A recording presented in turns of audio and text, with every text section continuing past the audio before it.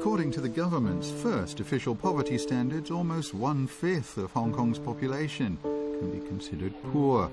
For the first time, the government has set a poverty line. One way to draw a poverty line is to assess it by the median monthly household income, by household size. Under this method, before accounting for tax and government subsidies, homes with a monthly income below half of the median are considered poor. Some other countries use a higher percentage. This method, known as relative poverty, is just one way of assessing it. The government says it's adopting this approach for easy measurement and due to the limits of the data available. Others argue that other methods provide a more reliable assessment. Mrs. Yu's family is classified as living below the poverty line. Her husband is the only breadwinner, and they struggle to get by without taking social security payments. 都係做啲裝修散工啊，唔穩定嘅。跟住老細有，咁咪有得做咯，冇就有停噶啦。好似今個月都係開咗2日工，而家都未有得做。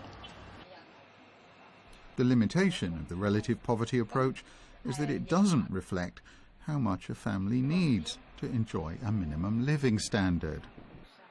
嗱，譬如我啲小朋友都感冒咗成4日咯，我都唔敢帶睇醫生，都係去藥房配啲藥啊，俾佢食下，咁呢2日就好啲咁。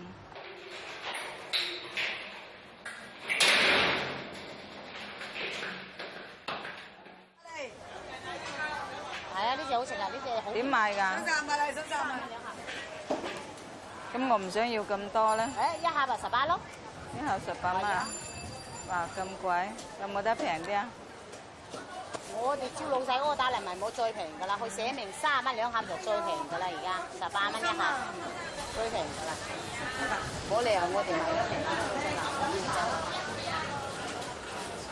梗係買嗰啲。一般都係食呢啲提子咯，蘋果啊咁咯。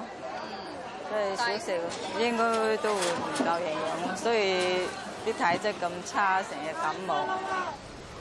Academics say this official calculation is somewhat inadequate and are urging the government to calculate the total cost of an individual's basic needs to assess true poverty. But that requires additional resources and extensive surveys. China and the USA do calculate the costs of basic needs. Other countries in the European Union, including Britain, do draw their poverty line at 60% of the median household income. The government says it may consider looking at other ways to assess poverty.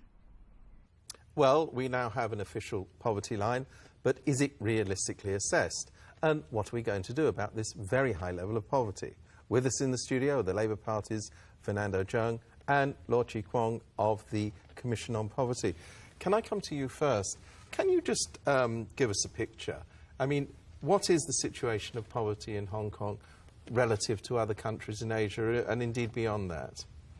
Well, if we are talking about relative poverty, particularly which is incomparable to the living standards and the efficiency of Hong Kong, that in that sense, Hong Kong is worse off. Well, in fact, it's almost as worse as places like in Africa or in South America. This, in simple terms, you're talking about the wealth gap. Yes. But if you talk about really absolute poverty, then I would say is the number will be pretty small in Hong Kong, and we are doing very well among countries, at least in Asia, because of our efficiency. And but then the problem of poverty is really relative more than absolute in the case of an affluent society such as that in Hong Kong. And Fernando Ji-eun, I mean, you know, the government says this is intractable. Mm-hmm. It's always going to be with us. Do you accept that that is the case? No, I don't agree. I think it's really a misnomer to think that relative poverty is impossible to be ended. Now, here I have a piece of paper that can demonstrate how, with the current definition of poverty line, we can, in fact, eradicate poverty entirely. Now, assuming we have 5 people in Hong Kong, each with his relative income like 20,000, 10,000, 7,200, 3,600, and 500. Now, the median income would be 7,200. And that is in fact the case. That's in fact the case. That's right. And the current definition is half of the median income, which is 3,600. So in this picture, we have one person falling below the poverty line. Now, if through some social measures, we augment the income of this person by $3,100, thereby raising his income to $3,600, no, that doesn't change the poverty line because the median income hasn't changed. So through a measure, we could eliminate poverty altogether. It is as simple as that. So this is really that although this median income is in a sense relative, it is actually the absolute value of the person in the middle. Well, that looks pretty good on paper. Well, do you think it's workable? It's theoretical, which assumes a static society. And if you give that unfortunate guy who is earning only $500 today, $3,100, I would expect that guy will stop working at all, and then you probably have to give them a little bit more. Now, the problem of relative poverty, I would say, is that if we just look at cash transfer, I don't think the people in the community agree. We just distribute money to poor people, because what we need to help them is not just cash transfer. There are a lot of other things like education, helping young kids to learn, having equal opportunity of learning, and encouraging people to work a little bit more so they can improve their life. So somehow, in terms of policy, we would not, simply by use of cash measures, to eradicate poverty altogether in terms of relative sense. I mean, so it's a theoretical thing. Well, okay? It's theoretical, but it is also reality. If you look at European Union, you look at UK, Ireland, they have concrete objectives, policy goals that will eliminate or reduce poverty rate by a certain proportion. For example, in 2010, European Union announced that it will cut poverty population by 25%. In Ireland, they do the same. They, by 2020, they would reduce poverty rate from a two-figure digit to a two-digit figure to about 2%. But don't you accept the political reality that there's this very strong resistance in Hong Kong to the development of a so-called dependency culture? Well, I don't think the aim is to deal with poverty purely by giving people cash. I think it is a demonstration of commitment that poverty is something that we don't want. It is something due to institutional injustice. And therefore, as political leaders, we want to eradicate it altogether through all sorts of means.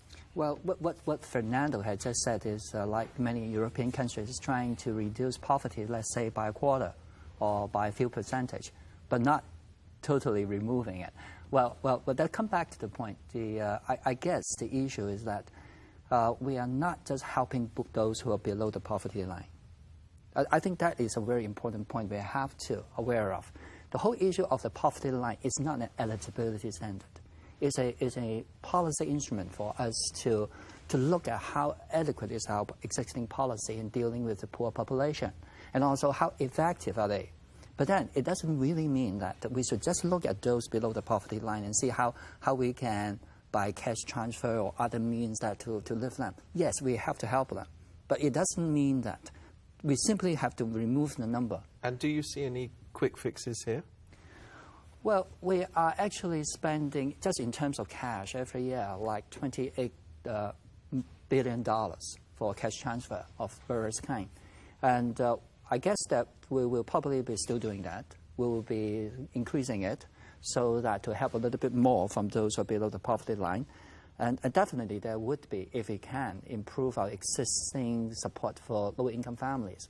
I would say that there will be a drop in the poverty rate, there will be a reduction of the poverty gap, etc., etc.